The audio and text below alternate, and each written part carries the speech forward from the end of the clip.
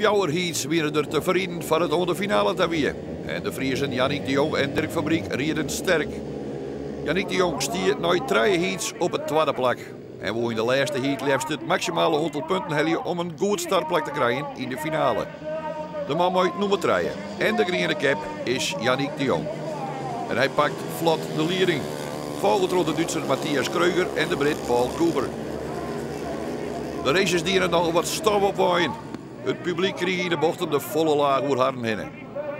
Maar als je op de motor de leiding gaat, is dat stof geen probleem.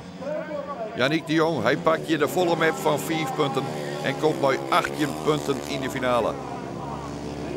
Hij finisht hier voor de Duitser Matthias Kreuger.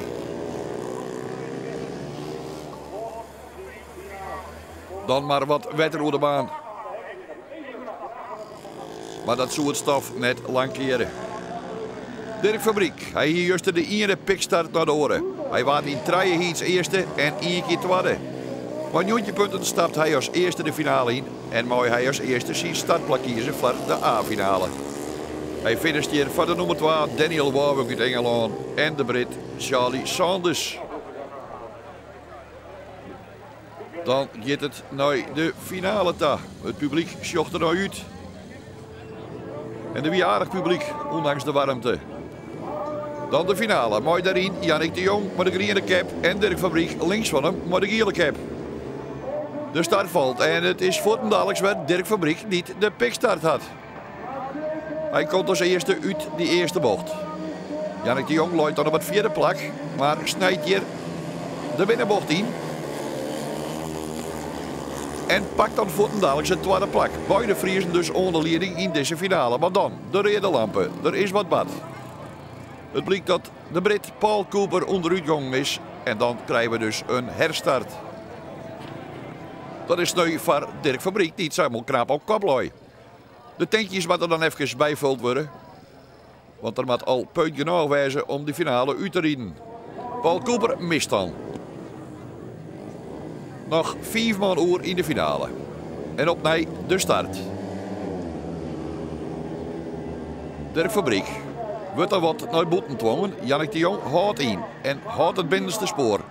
En dan vlucht Dirk Fabriek helemaal naar de boetekant omdat hij het gas erop houdt. En daar profiteert Jannik de Jong van. En dan zit Mark Stiekema onderuit. Maar hij loopt aan de boetekant en dat is net hinderlijk voor de race verder. Jannik de Jong op het eerste plak. Dirk Fabriek hing het dan nog op het 4e plak.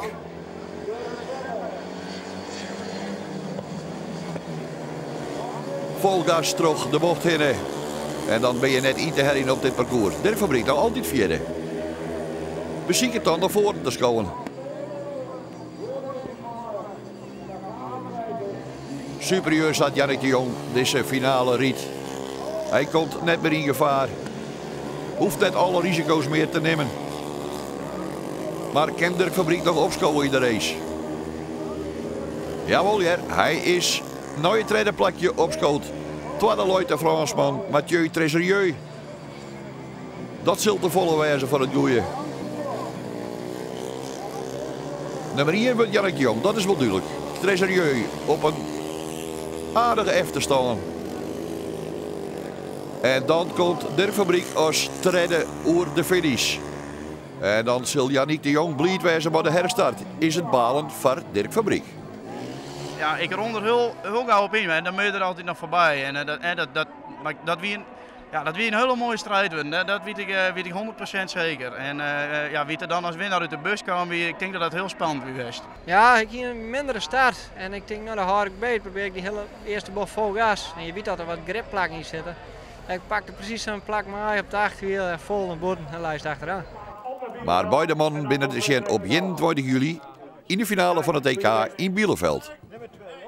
Ik kan even aan Jannik de Jong.